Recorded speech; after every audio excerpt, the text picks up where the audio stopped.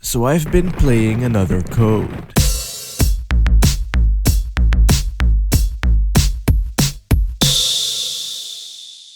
You know, the Nintendo DS was probably the first ever console release I was excited for. Not because it seemed particularly special compared to what I already had, but because the PS1 was already around when I started playing games and the PS2 just kinda showed up a few years later. And then I was all like, oh, that's nice, I wonder if it'll play this Final Fantasy X demo I got with Final Fantasy Anthology. And then... But I wasn't hyped up for it preemptively.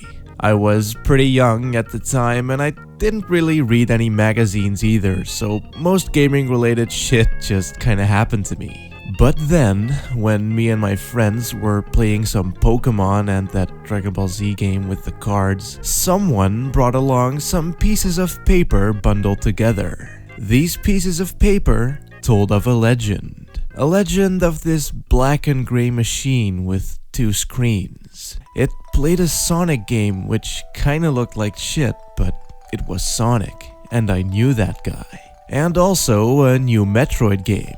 And I played Metroid Prime once at a friend's house, so I knew that guy too. His name was Master Chef. But not only that, it would also revolutionize the way me and my friends could send poorly drawn penises to each other. And like a proper Mongtart, that's exactly what I did when I first got my DS. PictoChat, because I didn't really have any games worth playing. Eventually though, I did get some actual games, and one of these games was Mario Kart DS.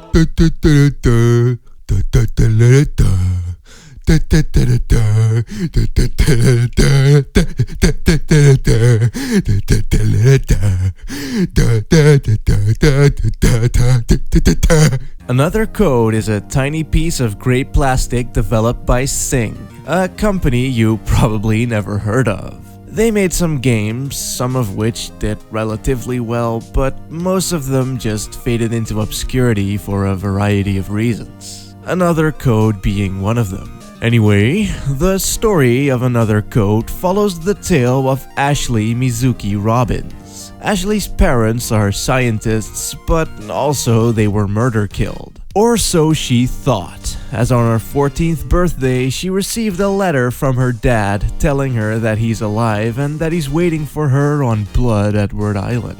So she and her Aunt Jessica head off to said island. However, when she arrives, shit seems to smell fishy, and it ain't this guy's mustache. Her dad is nowhere to be found, Jessica went missing, and also this ghost is just kinda hanging around being all like, yo bitch, what's up? And so, Ashley and her ghost friend Dee have to solve the mystery of the Blood Edward Island. Now, with this being a visual novel-y, point-and-clicky, adventure-y game, the story is arguably the most important part. And luckily, it's also by far the best part. I mean, writing-wise, the game is actually pretty fucking excellent, and with this essentially being a somewhat derivative whodunit, I was definitely very intrigued to find out what exactly was going on. Why is this ghost here? And how did he get here in the first place? Why exactly are we here anyway? And where is everybody? And why did my dad send me a DS included with the letter? Well, love, I'd be more concerned with the fact that you seem to be able to morph between the second and third dimension like it's not a big deal. But to answer at least one of your questions, that DS is there because gameplay. Gameplay that sadly isn't really all that amazing. Not bad by any means, but just kinda meh. I mean, to be honest, I've actually had very little issues with it, as, again, I definitely think that the story is the reason that you'd want to be playing this, and I certainly enjoyed the game because of it. But the puzzles, well, certainly making good use of the DS's capabilities just seem a bit too standard to be interesting. You can change the click of a mouse button to the tap on a touchscreen all you want, but in the end, you're still doing the same old shit. That same old shit being pointing and clicking. So yeah, the main objective of the game is to find out the mysteries of the mansion on this island and how Dee ended up as a ghost. You do that by incrementally making your way through the mansion, going through all of its rooms, solving puzzles, and learning more about the mansion's history. So sometimes you'll be rewarded with a key or a piece of a bigger logic-based puzzle, and sometimes you'll be rewarded with story. Now, the problem is that the puzzles in question are patronizingly easy throughout the entire game. In some ways, you could kinda see this as a way to make the game more accessible for newcomers to the genre. I mean, assuming the DS was owned by a lot of kids at the time, kids that didn't grow up with point and clicks, like me. And yeah, I guess this game is a pretty good way to get a basic understanding of what the other games in the genre will have to offer. And there's also a handful of puzzles that do some pretty cool DS shit, like closing the DS to press down some stamps or blowing into the mic to clear the dust off of a painting. And I will admit that these things are pretty fucking fancy. It's just that the game is quite generous with the clues that it gives. So the joys of discovering how to use the DS's features like that by yourself is pretty much non-existent, and it made it so that none of the puzzles really pose a challenge of any kind. I just breezed through the game in only a few hours. And sadly, that's not the only problem that relying heavily on the DS's features brings. Thing is that the touchscreen controls aren't always amazingly precise. Sometimes the touchscreen just doesn't seem to respond all that well, and I think it has something to do with the touchy hitboxy thingy. It's as if what you see on screen doesn't quite correspond with what's actually marked as interactable or touch sensitive or whatever you'd call it in game dev lingo. And I know I'm using an emulator, but I do have a physical copy of the game, and I tried playing it on an actual DS just to make sure, and well, it was exactly the same. And don't get me wrong, I really like how creative the devs were with how they utilized the DS's features. Doing things like blowing into the mic to clear the dust off of a painting was really quite cool the first time I did it as a kid. But the novelty of spinning a crank to open up a bridge kinda wears off when you aren't able to spin the crank properly. However, I have noticed similar issues with other DS games, so it may just be a problem of the DS itself rather than any kind of fault on the game's part.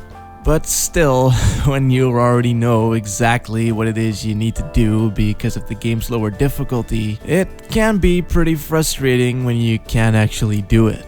And it certainly doesn't help that the game also does that thing where there are some items that are clearly puzzle items, but you can't pick them up until you know why you need them. Or rather, until Ashley knows why she needs them. For instance, at one point early on in the game, you need to open up a gate. Besides the gate, there are two hands, one of which holds a ball and the other one doesn't. Luckily, there just so happens to be a box in the shed next to the gate that has some balls in it. So as I click on the hand, the cogs in my brain started turning, after which I decided that it would probably be in my best interest to go get me some of that ball action. But once I got there, Ashley was all like, "The box holds many spheres." As it turns out, I had to click on the hand again, only for Ashley to go, "This must be." And then I got to play some b-ball outside of the school. It's shit like this that gets really frustrating when it happens regularly, and it happens regularly. So yeah, I wouldn't necessarily say that the gameplay is the game's strong point. It seems to me like the devs just really wanted to tell a story more than anything, and making the game easy would be a good way of making the gameplay not get in the way of them doing that. I mean, I'll be the first to admit to not really liking hard puzzles in story-driven games, as I often feel they kinda ruin the pacing of the story in question. So ultimately, I'd be lying if I said that I wasn't relieved when I found out that the game wasn't anywhere near as hard as I remembered. Also, I kinda get the impression that the game tends to be a bit more on the visual novel side of the spectrum than the point-and-click adventure side. And as a short little story, it's actually pretty damn good. The game's central theme is memory.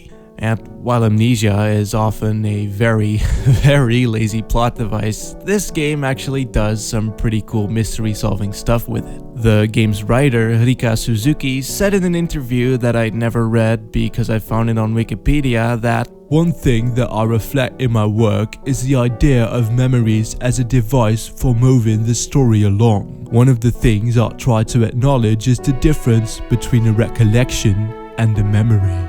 And that idea certainly shows in the story in a number of ways. Thing is that none of the characters really suffer from amnesia. Or, well, Dee kinda does, but he's dead, so it doesn't count. But most of Ashley's problems stem from the fact that all the memories she has regarding relevant things to the story are childhood memories. And I don't know about you, but those tend to be pretty fucking vague. Hell, it's even possible that some of your earliest childhood memories are actually based on stories your parents told you or pictures they've shown, only for your own imagination to fill in the blanks. This game's story seems really eager to fuck with that idea, and it does this whilst actually remaining easy to follow. Which, compared to most memory-driven stories, is quite fucking rare. There are no unreliable narrators or anything cheap like that, it just relies on clever writing and well-constructed mysteries to move the story along. And that's pretty fucking cool in my opinion.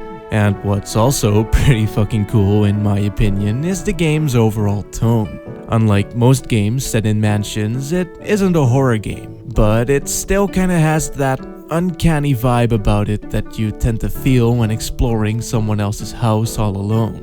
Then there's also that weird contrast you tend to get when you kind of feel like it's a game aimed at younger audiences, but then there's also bloodstains and murdering happening everywhere, and all of the backstory you find regarding the family that used to live there gets pretty fucking dark as well. I mean, it doesn't quite stray into the Shining's territory of familial insanity, but the fact that it gets even remotely close in a game that feels kinda kiddie overall gives only the slightest hint of domestic violence a lot more weight to it than it would do in a story where you'd see it coming from miles away. Anyway, despite the fact that the gameplay is a wee bit lacking for the most part, I do actually like this game a whole bunch. Though I do realize that nostalgia may very well have something to do with that. But if you're at all into the Phoenix Wright series and you want to play something that's kinda similar, only just not quite as good, then I totally recommend you try it out,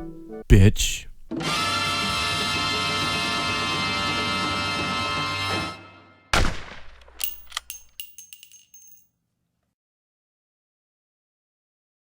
But still, when you already know exactly what it is you need to do because of the game's lower difficulty, it can be pretty frustrating when you actually can't do it. God damn it, cat!